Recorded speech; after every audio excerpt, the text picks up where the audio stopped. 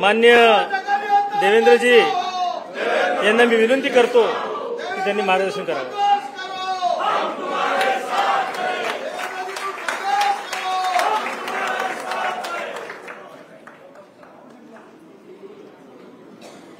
भारत माता की जय. भारत माता की जय. छत्रपती शिवाजी महाराज की जय. छत्रपती संभाजी महाराज की जय. जय भवानी जय शिवाजी. जय भवानी जय शिवाजी. जय जय जय जय जय भवानी. जय जय जय जय जय शिवाजी. जय जय जय जय जय शिवाजी. जय जय जय जय जय भवानी. हिंदवी स्वराज्याचे सरसंस्थापक छत्रपती शिवरायांना मानाचा मुजरा करतो. भारतीय राज्यघटनेचे शिल्पकार भारतरत्न डॉक्टर बाबासाहेब आंबेडकर यांना मानवंदना अर्पित करतो. भारतीय जनता पार्टी विधिमंडळ गटाच्या बैठकीमध्ये मंचावर उपस्थित असलेले आपले अध्यक्ष चंद्रशेखर बावनकुळेजी, मुंबईचे आपले अध्यक्ष आणि मुख्य प्रतोद आशिष शेलारजी, आपले ज्येष्ठ मंत्री सुधीर मुनगंटीवारजी, प्रवीण दरेकरजी, रणधीर सावरकरजी आणि या ठिकाणी उपस्थित सर्व ज्येष्ठ आमदार, विधिमंडळ गटातील दोन्ही सभागृहातील आमदार भगिनी आणि बंधूंनो, आज आपल्या विधिमंडळ गटाची ही बैठक निवडणुकीच्या पार्श्वभूमीवर आपण या ठिकाणी आयोजित केली आणि ही बैठक आयोजित करताना एकीकडे आपल्या सगळ्यांच्या मनामध्ये प्रचंड आनंद देखील आहे. कालच देशाच्या इतिहासामध्ये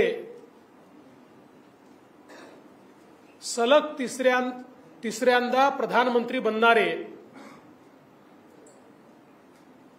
म्हणजे यापूर्वी फक्त जो रेकॉर्ड नेहरूजींच्या नावावर आहे त्याची बरोबरी करणारे, अखिल विश्वामध्ये ज्यांच्या नावाचा डंका वाजतो असे आपल्या सर्वांचे नेते माननीय नरेंद्र मोदीजी यांची एनडीएने एकमताने निवड केली आणि त्यांचं अभिनंदन करण्याकरता आज आपण सगळे या ठिकाणी एकत्रित आलोत. आणि हे खरं आहे की एकीकडे जसा आनंद आपल्याला आहे की देशामध्ये लोकांनी पुन्हा मोदीजींवर आणि एनडीएवर विश्वास दाखवला, त्याचवेळी निश्चितपणे आपल्या मनात ही सल देखील आहे की मोदीजींच्या यशामध्ये सिंहाचा वाटा 14 आणि 19 मध्ये आपला होता. यावेळी तो वाटा आपण उचलू शकलो नाही आणि म्हणून एकदा पुनरावलोकन व्हावं आणि नव्याने आपल्याला स्ट्रॅटेजी तयार करता यावी या दृष्टीने देखील आजची बैठक महत्वाची आहे. आणि त्यासोबत खरं म्हणजे आपण सगळ्यांनी हा निर्धार केलाय की महाराष्ट्रामध्ये जे काही अपेक्षित यश आलं नाही त्याची कारणं त्या ठिकाणी शोधून ती कारणं कशी दूर करता येतील आणि विधानसभेच्या निवडणुकीमध्ये पुन्हा एकदा महायुतीचं सरकार कसं आणता येईल हा जो निर्धार आपण सगळ्यांनी व्यक्त केला त्याबद्दल देखील मी आपल्या सर्वांचे मनापासून आभार मानतो. खरं म्हणजे उन्हाळा संपतोय काहिली पण संपते आहे. पावसाळा जवळ आलेला आहे आणि पाऊस पडत असताना जे पेरलं जातं सप्टेंबर, ऑक्टोबर, नोव्हेंबर तेच उगत असतं.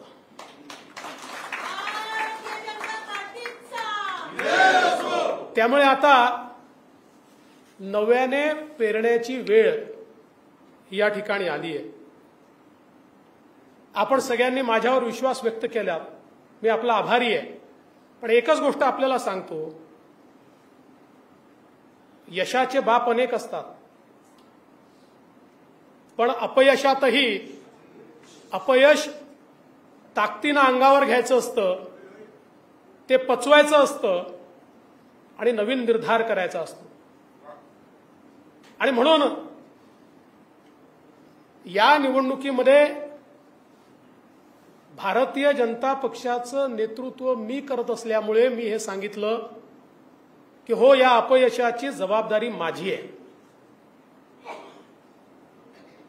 कारण पक्षाने, आणि मी दोन्ही अध्यक्षांचं अभिनंदन करेन, बावनकुळेजी आणि आशिष शेलारजी, आणि पक्षाच्या कार्यकर्त्यांचं अभिनंदन करेल की आपण सगळ्यांनी अतिशय उत्तम काम या ठिकाणी केलं.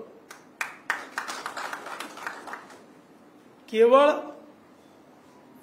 पॉलिटिकल अर्थमॅटिकमध्ये आम्ही कुठेतरी कमी पडलो, आणि मी ते कसं पडलो हे सांगणार आहे. आणि त्याच वेळी मी जेव्हा हे सांगितलं की मला मोकळं करून काम करायची संधी द्या, त्यावेळी ते निराशेतून बोललो नाही.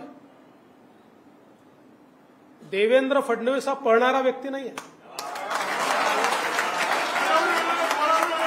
हा लढणारा व्यक्ती आहे. अरे आमची प्रेरणा काय आहे? चारीकडनं घेरल्यानंतर पुरंदरचा तह करणारे आणि नंतर पुन्हा पूर्ण ताकदीने मैदानात उतरून ते सर्व किल्ले पुन्हा जिंकणारे छत्रपती शिवराय, हे आमची प्रेरणा आहे.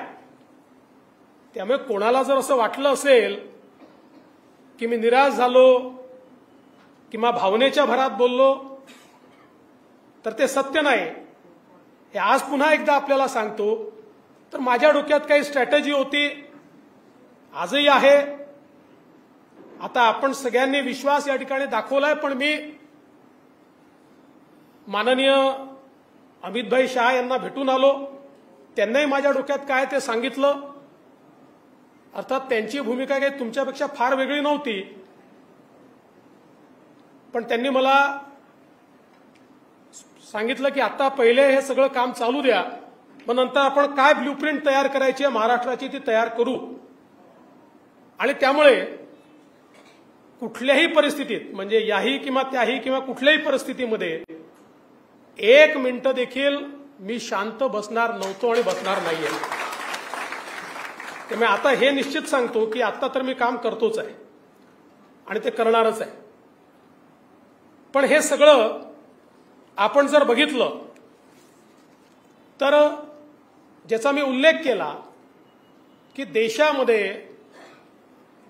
ज्या प्रकारे मोदीजींना जनतेने समर्थन दिलं आणि तिसऱ्यांदा एनडीएचं सरकार आलं, आणि त्याच वेळी ओरिसामध्ये आपलं सरकार येणं, आंध्र प्रदेशमध्ये एनडीएचं सरकार येणं, अरुणाचलमध्ये आपलं सरकार येणं, या सगळ्या गोष्टी अतिशय स्पष्टपणे काय सांगतायत हे आपण सगळ्यांनी बघितलं पाहिजे. आणि सगळ्यात महत्वाचं जे काल मोदीजी बोलले, काही लोक विजयाचा नरेटिव्ह तयार करतात. विजयाचा नरेटिव्ह तयार करणाऱ्याची बोलती एकाच वाक्याने बंद झाली की त्यांना 3 निवडणुका मिळून जेवढे सीट मिळाल्या त्यापेक्षा जास्त, म्हणजे 14ला, 19ला आणि 24ला 3 निवडणुका मिळून त्यांना जेवढ्या जागा मिळाल्या त्यापेक्षा जास्त जागा या एकाच निवडणुकीमध्ये देशामध्ये भारतीय जनता पक्षाला मिळाल्या. आणि अख्ख्या इंडिया आघाडीला जेवढ्या जागा मिळाल्या त्यापेक्षा जास्त जागा या भारतीय जनता पक्षाला मिळाल्या. आपण जर महाराष्ट्राचा विचार केला, महाराष्ट्रामध्ये देखील मी ज्याला पॉलिटिकल अर्थमॅटिक म्हटलं ते का महत्वाचं आहे, तर महाराष्ट्रामध्ये महाविकास आघाडीला मिळालेली मतं 43.9% आणि महायुतीला मिळालेली मतं 43.6%. म्हणजे अर्धा टक्काही नाही, 0.3% एवढी फक्त मतांमधली गॅप आहे. पण त्याचा परिणाम असा आहे की तिकडे 31 आहेत आणि इकडे 17 आहेत. हे पॉलिटिकल अर्थमॅटिक हे आपण या ठिकाणी समजून घेतलं पाहिजे की महाविकास आघाडीला 2,50,00,000 मतं आहेत, आपल्याला 2,48,00,000 मतं आहेत. याचा अर्थ काय आहे, तर केवळ 2,00,000 मतं त्यांना आपल्यापेक्षा अधिक मिळाले आहेत. पण जागांमध्ये मात्र ट्रान्सलेट होताना ते मोठ्या प्रमाणात झाले आहे. आणि ते का झाले आहेत हे देखील मी आपल्याला सांगणार आहे. मुंबईचा विचार केला तर मुंबईमध्ये त्यांना 24,00,000 मतं आहे आणि आपल्याला 26,00,000 मतं आहेत. 2,00,000 मतं आपल्याला मुंबईमध्ये अधिक आहे, पण त्यांना 4 जागा मिळाल्या आणि आपल्याला 2 जागा मुंबईमध्ये या ठिकाणी मिळालेल्या आहेत. खरं म्हणजे याचं विश्लेषण जर आपण केलं, पहिली गोष्ट, आपण केवळ 3 पक्षांशी लढत नव्हतो, आपण एका चौथ्या पक्षाशी लढत होतो आणि तो चौथा पक्ष होता खोटा नरेटिव्ह. ज्या नरेटिव्हला आपल्याला वाटलं या 3 पक्षांना रोखलं तर आपला विजय होईल, पण आपल्या लक्षात आलं नाही की चौथा पक्ष जो यांच्याकरता काम करतो आहे त्याला आपण रोखू शकत नाही किंवा रोखू शकलो नाही किंवा त्याची तयारीच आपण केली नाही. आणि मग आपण सगळ्यांनी बघितलं संविधान बदलणार, संविधान बदलणार, संविधान बदलणार हा विषय इतका खालपर्यंत गेला आणि त्या मनाने आपण त्याला इफेक्टिव्हली काउंटर केलं नाही. त्याचा इफेक्ट जेव्हा आपल्या लक्षात आला तेव्हा चौथी फेरी आली, चौथा टप्पा आला होता. आणि म्हणून तुम्ही बघा पहिल्या 3 टप्प्यांमध्ये 24 जागांमध्ये केवळ 4 जागा आहेत आपल्याला. आपल्या सगळ्या जागा या दुसऱ्या 24 जागांमध्ये आल्या. कारण मग आपण इफेक्टिव्हली आपल्याला लक्षात आलं की खोटं बोलतायत पण ते पर्क्युलेट होत आहे. कुठेतरी सामान्य माणसाला असं वाटतंय की खरंच घडेल का बाबा, मग मोदीजी तर येणारच आहे, मग आता आपण थोडं सेफ का राहू नये. अशा प्रकारे विशेषतः दलित समाजामध्ये, आदिवासी समाजामध्ये हा नरेटिव्ह हा मोठ्या प्रमाणात या ठिकाणी तयार झाला. पण एक गोष्ट लक्षात ठेवली पाहिजे की असा जरी नरेटिव्ह तयार झाला तरी हा नरेटिव्ह एखादी निवडणूक चालतो, पुढच्या निवडणुकीत तो चालत नाही.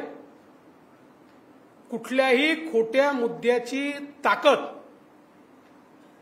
ही एका निवडणुकीपुरतं असते, त्याच्यानंतर त्याची ताकद ही 50, 60, 75% कमी होते आणि आपण ती 100% कमी करू शकतो. या संदर्भात योग्य कारवाई आपण करू. आणि मला विश्वास आहे कालच माननीय मोदीजींनी आणि मागच्याही काळात जेव्हा जेव्हा मोदीजी पंतप्रधान झाले, मोदीजींनी पहिलं काम जर काही केलं असेल तर नेता निवडीच्या आधी संविधानाची पूजा केली आहे. कालही मोदीजींनी संविधानाची पूजा केली आणि मोदीजींनी सांगितलं भारताचं संविधान हे माझ्याकरता सगळ्यात महत्वाचं आहे. आणि आता संविधानाला 75 वर्ष पूर्ण होत आहेत, त्यामुळे पुढचं 1 वर्ष भारताच्या संविधानाचा महोत्सव हा या देशामध्ये निश्चितपणे या ठिकाणी साजरा केला जाणार आहे. हे माननीय मोदीजींनी आपल्याला सांगितलं. दुसरा नरेटिव्ह काय तयार झाला, पक्ष फोडाफोडी वगैरे, त्याच्यावरही पुढे सांगतो, आकडेवारीतनं सांगतो. खरं म्हणजे ते सत्य नाही आहे. उलट जर त्यांच्या यशाचं आपण डिसेक्शन केलं तर त्यांना कुठे मतं मिळाली आणि कुठे नाही मिळाली यातनंच हा नरेटिव्ह किती फोल आहे हे आपल्या लक्षात निश्चितपणे येईल.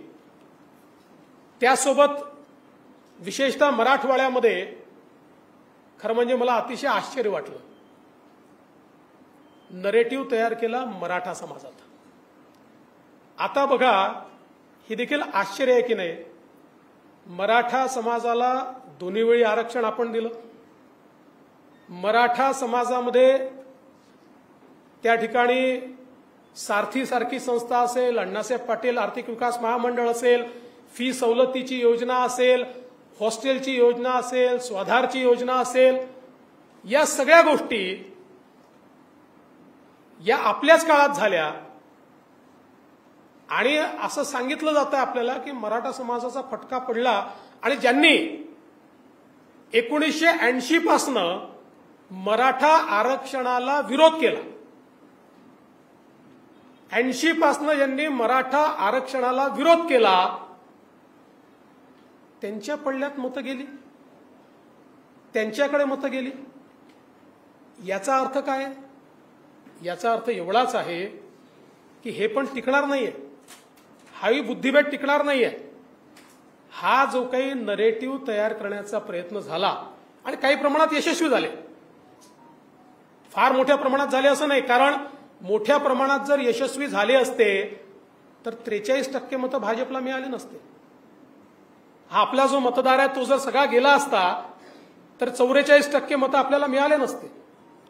किंवा एकूण जर आपण 2019च्या मतांशी भाजपाचंच कंपॅरिझन केलं तर आत्ताच बावनकुळे साहेबांनी सांगितलं की आपले प्रत्यक्ष मतं हे त्यापेक्षा वाढले आहे आणि टक्केवारीचा विचार केला तर 1% आपले कमी झाले. त्यापेक्षा जास्त मतं आपले 2019 पेक्षा कमी झालेले नाही. त्यामुळे हे जे काही नरेटिव्ह या ठिकाणी तयार करण्यात आले, मग एक नरेटिव्ह तयार केला की महाराष्ट्रातले उद्योग पळवले. खरं म्हणजे प्रत्यक्ष आकडेवारी जर आपण बघितली तर 2022-23ला आणि 2023-24ला दोन्ही आपल्या काळामध्ये महाराष्ट्र आपण इन्व्हेस्टमेंटमध्ये पहिल्या क्रमांकावर आणला. उद्धव ठाकरेंच्या काळामध्ये महाराष्ट्र हा खाली होता. उद्धव ठाकरेंच्या काळात गुजरात आणि त्यानंतर कर्नाटक क्रमांक 1 वर होतं. यावर्षी तर आपण अशी अवस्था आणली, गुजरात, कर्नाटक, दिल्ली यांची एकत्रित बेरीज केली तरी त्यापेक्षा जास्त इन्व्हेस्टमेंट ही महाराष्ट्रात आली आहे. आता गुजरात आमच्याशी कॉम्पिटिशन देखील करू शकत नाही. असं असताना नरेटिव्ह रोज खोटं बोलायचं आणि रोज सांगायचं उद्योग पळवले, उद्योग पळवले, उद्योग पळवले. आता ही जी आकडेवारी आहे हीच आकडेवारी सांगते की जर उद्योग पळाले असते तर गुजरातच्या दुप्पट आणि गुजरात, कर्नाटक, दिल्ली यांच्यापेक्षा एकत्रितपेक्षा जास्त उद्योग आणि इन्व्हेस्टमेंट ही आपल्याकडे कशी आली असती. मग एक या ठिकाणी नरेटिव्ह तयार केला की उद्धव ठाकरेंना फार सहानुभूती आहे. मग उद्धव ठाकरेंना जर सहानुभूती होती तर कुठे दिसायला पाहिजे होती? मुंबई आणि कोकणमध्ये दिसायला पाहिजे होती ना. ठाण्यापासनं तर कोकणच्या शेवटच्या टोकापर्यंत उद्धव ठाकरेंची एकही जागा नाही. उबाठाला एकही जागा मिळालेली नाही. कोकणात उबाठा नाही, ठाणे जिल्ह्यात उबाठा नाही, पालघर जिल्ह्यात उबाठा नाही, रत्नागिरी, सिंधुदुर्ग, रायगड, ठाणे आणि पालघर यात उबाठाला एकही जागा मिळालेली नाही. आणि आपल्याला माहिती आहे मुंबईच्या जागा ज्या मिळाल्या त्या कोणाच्या भरोश्यावर मिळाल्या? मराठी माणसांनी मत दिलं नाही यांना. कारण सांगतो मराठी माणसांनी वोट दिलं असतं तर दक्षिण मुंबईमध्ये, वरळीमध्ये, जिथे आदित्य ठाकरेंची कॉन्स्टिट्युएन्सी आहे, फक्त 6000 मतांचा लीड आहे. मराठी माणसांनी मतदान जर त्या ठिकाणी केलं असतं तर शिवडीमध्ये यांनी 30, 35, 40,000 मतांची लीड घ्यायला हवी होती. जर मराठी माणसांनी मतदान त्यांना केलं असतं तर ईशान्य मुंबईमध्ये विक्रोळी आणि भांडूप पिऊन 60,000 मतांचा लीड त्यांनी घ्यायला पाहिजे होता. नाही घेऊ शकले. 7 आणि 8 हजारावर त्या ठिकाणी थांबले. याचा अर्थ मराठी माणूस त्यांच्यासोबत गेला नाही. पॉलिटिकल अर्थमॅटिकमध्ये त्यांनी केवळ एका विशिष्ट समाजाच्या मतांवर, काही जागांवर एखाद्या विधानसभेमध्ये इतकी प्रचंड आघाडी घेतली की त्याच्या आधारावर त्यांना निवडून येता आलं. आणि मगाशी नितेश म्हणाले खरं आहे, त्यांनी त्याची कबुली पण दिली. कारण खासदार बंडू जाधव म्हणाले की मला मराठा समाज, दलित समाजापेक्षा देखील मी निवडून आलो तो मुस्लिम समाजामुळे निवडून आलो. हे त्यांचं वक्तव्य आपण सगळ्यांनी ऐकलंय. त्यामुळे एकूणच जर आपण बघितलं तर मुंबई MMR रिजन किंवा कोकणामध्ये या ठिकाणी उबाठाला लोकांनी हद्दपारच केलाय, हे देखील आपण लक्षात घेतलं पाहिजे. आता आपण बघा, ज्या जागा आपण हारलो आहे त्या ठिकाणी जी मुंबई मध्य उत्तर जागा होती 1% कमी मतांनी हारलो. ईशान्य मुंबई 3% कमी मतांनी हारलो. अमरावती सारख्या जागा 3% कमी मतांनी हारलो. भिवंडी, आता या सगळ्या जागांचं किंवा आपण जर धुळ्याची जागा बघितली, या सगळ्या जागांचं, म्हणजे मी उदाहरणादाखल सांगतोय, या सगळ्या जागांचं विश्लेषण केल्यानंतर हे जे 1%, 1.5%, 2% आपण हारलोय, हे कुठून हारलोय? आपला मतदार गेला नाही, ऍडिशनल मतदार आपल्याकडे आलेला आहे, पण हे कुठून हारलो हे आता आपल्या सगळ्यांच्या निश्चितपणे या ठिकाणी लक्षात आलं असेल. त्यामुळे आपल्याला खूप जास्त सांगण्याची आवश्यकता आहे असं मला वाटत नाही. आपण बघितलं धुळ्यासारखी जागा, धुळ्यासारख्या जागेवर मालेगाव मध्यमध्ये 1,94,000 लीड मिळाला. 1,98,000 मतदान झालं, त्यातले 4,000 मतं आपल्याला आणि 1,94,000 त्यांना. इतर 5 मतदारसंघातनं आपण 1,90,000 लीड घेतलं आणि 3-4,000 मतांनी ही सीट या ठिकाणी हारलो. 5ही मतदारसंघामध्ये धुळ्याच्या आपल्याला त्या ठिकाणी खरं म्हणजे लीड जो आहे तो लीड मिळालेला आहे.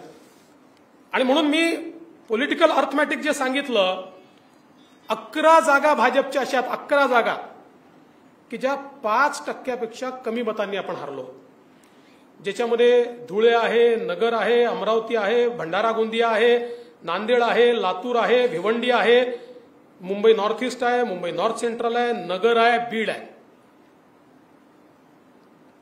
1%, 2%, 3% अशा हारलेल्या 11 जागा आहेत की ज्यामध्ये आपण या ठिकाणी हारलेलो आहोत. हे सगळं होत असताना एक गोष्ट अजून महत्वाची लक्षात घेतली पाहिजे. ज्या पॉलिटिकल अर्थमॅटिकचा मी उल्लेख या ठिकाणी केला की जर त्यांना 31 जागा मिळाल्या तर ते विधानसभेत रिफ्लेक्ट व्हायला पाहिजे होतं. विधानसभेमध्ये महायुतीला 130 जागांवर आघाडी आहे आणि भारतीय जनता पक्षाचा जर विचार केला तर आपल्याला 71 जागांवर आघाडी आहे आणि प्लस 5 आपल्या सोबतचे अण्णांसारखे जे लोक आहेत यांच्या मतदारसंघात जे आपलेच आहेत अशा मतदारसंघांमध्ये म्हणजे 71 आणि 5 76 मतदारसंघांमध्ये आपल्याला आघाडी आहे.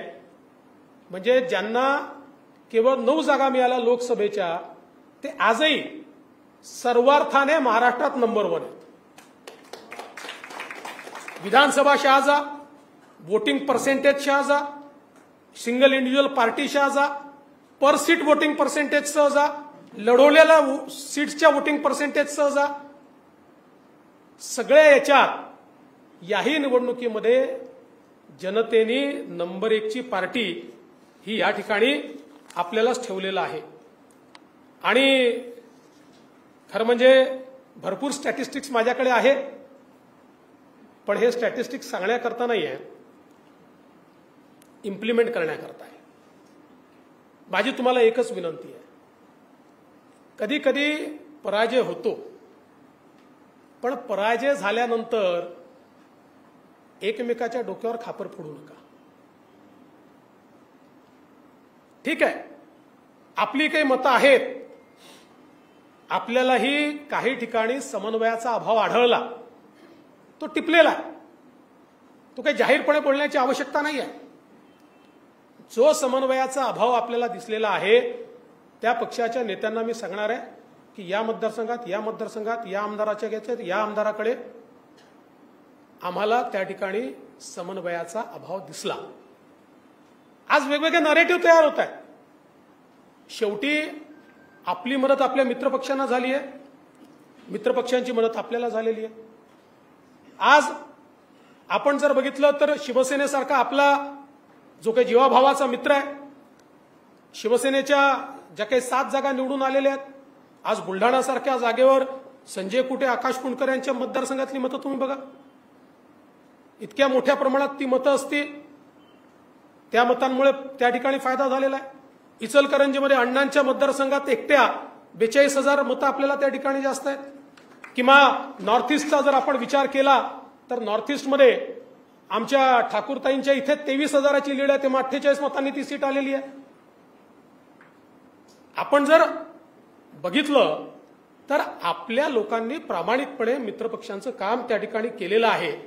त्यांच्या जागा जर आपण बघितल्या, मावळसारख्या जागेवर चिंचवडमध्ये आपल्याला अतिशय चांगली लीड आपण त्या ठिकाणी दिलेली आहे, पनवेलला आपण लीड दिलेली आहे. त्यामुळे याचं विश्लेषण, आणि त्याच वेळी जळगावसारखी आपली जागा जी आपण अत्यंत चांगल्या मताने जिंकलो आहोत, तिथे त्यांच्या आमदारांच्या मतदारसंघात चांगली लीड आपल्याला मिळालेली आहे. आज आपण जर बघितलं तर मीरा भाईंदर सारखं शहर आहे, त्या ठिकाणी अर्धा शिवसेनेचा आमदार आहे, एक आमदार आपल्यासोबतचा आहे, जवळपास 1,00,000 मतांची लीड त्या ठिकाणी आहे. त्यामुळे मला असं वाटतं की नरेटिव्ह तयार करण्याचं काम आपण तर करत नाही, इतरांनी करू नये. मी काल मुख्यमंत्र्यांना देखील सांगितलेलं आहे, माननीय मुख्यमंत्री महोदयांनी सांगितलं की अनेक वेळा आपले जे प्रवक्ते बोलतात, तुमचे आमचे, मी नितेश राणेंनाही बोललो आहे की बरेच वेळा प्रवक्ते जे बोलतात ते जरा समजून उमजून बोललं पाहिजे. आता ही वेळ उणे दुणे जाहीरपणे काढण्याची नाही आहे. आज आपण बघितलं असेल तर राष्ट्रवादी काँग्रेसचे तटकरे जी निवडून आले, पेणसारख्या आपल्या मतदारसंघामध्ये अतिशय चांगली मतं त्या ठिकाणी मिळाली. इमानदारीने सगळ्यांनी काम केलं. त्यामुळे एकमेकाला सोबत घेऊन चालणं हे अत्यंत महत्वाचं आहे. आणि म्हणून माझी अपेक्षा ही आहे की भारतीय जनता पक्षातर्फेही, आणि मी काल आम्ही बसलो होतो त्यावेळेस माननीय मुख्यमंत्री महोदयांनाही सांगितलं आणि अजितदादांनाही सांगितलं की आता वेगवेगळे विश्लेषण करू नका, आता एका सुरात सगळ्यांनी बोललं पाहिजे. आहे ना, सगळ्यांच्या काही ना काही तक्रारी आहे, त्या तक्रारी नेत्यांनी समजून घेतल्या पाहिजेत. आता बाहेरचं कशाला, आपल्याच मतदारसंघामध्ये ईशान्य मुंबईमध्ये 2 दिवसात 2 न्यूज आल्या. एक दिवस न्यूज आली मीरकोटेच्या कसे पडले, कोणी काम नाही केलं, मग दुसऱ्या दिवशी न्यूज आली दुसऱ्यांनी कसं काम नाही केलं. आता अशा प्रकारच्या बातम्या, या पेरण्याचं काम, या बातम्या त्या ठिकाणी जाहीरपणे आणण्याचं काम, या सगळ्या गोष्टी कुठेतरी पक्षाकरता योग्य नाही आहेत, महायुतीकरता योग्य नाही आहेत. म्हणून माझी आपल्या सगळ्यांना विनंती आहे, एकच गोष्ट लक्षात ठेवा, तुमच्या समोर मांडलेलं जे स्टॅटिस्टिक्स मी आहे, म्हणजे वेन वी परफॉर्म वर्स्ट असं जेव्हा म्हटलं जातं त्याही वेळी आपली ही स्थिती आहे. 130 जागा, खरं म्हणजे ते थोडं कन्फ्युजन, 133 जागा होतील कदाचित त्या. म्हणजे अशाही परिस्थितीमध्ये आम्ही इतक्या जागांवर जर पुढे आहोत तर विधानसभेमध्ये हे बदलणं कठीण नाही आहे. कारण मी सांगितलं, खोट्या नरेटिव्हची जी काही लाईफ असते ती संपली आहे. ताकदीनं आपण पुढे गेलो तर मला विश्वास आहे, 100% विश्वास आहे की या विधानसभेमध्ये किती मतांचा फरक करायचा आहे, 3-3.5% मतं. 51% करता 3-3.5% मतांचा फरक करायचा आहे. सगळ्यांनी ताकद लावली तर आपली ताकद नाही का 3-3.5% मतं बदलवायची. म्हणजे मी तुम्हाला सांगू 3-3.5% नाही, जे काही पॉलिटिकल अर्थमॅटिक आहे 1.5% मतं अजून आपली मतं जी लोकसभेत मिळाली ती कायम ठेवून 1.5% मतं अधिक मिळवली तरी आपण विधानसभा स्वीप करू. आणि म्हणून मला असं वाटतं एकीकडे हा आनंद निश्चित आपण मनवला पाहिजे की माननीय मोदीजी देशाचे तिसऱ्यांदा प्रधानमंत्री होत आहेत आणि काल त्यांनी सांगितलं आहे पहिले 10 वर्ष हा ट्रेलर होता, असली पिक्चर अभी बाकी आहे. आणि मला विश्वास आहे की आपण सगळे पूर्ण ताकदीने मैदानात उतरू, आपल्या मित्रांना घेऊन मैदानात उतरू. माननीय मुख्यमंत्री एकनाथराव शिंदेजी असतील, अजितदादा असतील, सगळे मिळून मैदानात उतरू आणि पुन्हा एकदा मैदान फत्ते करू, हा मला विश्वास आहे. आपण सगळ्यांनी मिळून जो विश्वास माझ्यावर दाखवला मी त्याबद्दल आपल्या सगळ्यांचे आभार मानतो. खरं म्हणजे तो तुम्ही दाखवला नसतात तरी मला हे माहितीच होतं की तुमचं विश्वास आणि प्रेम माझ्यावर आहे. फक्त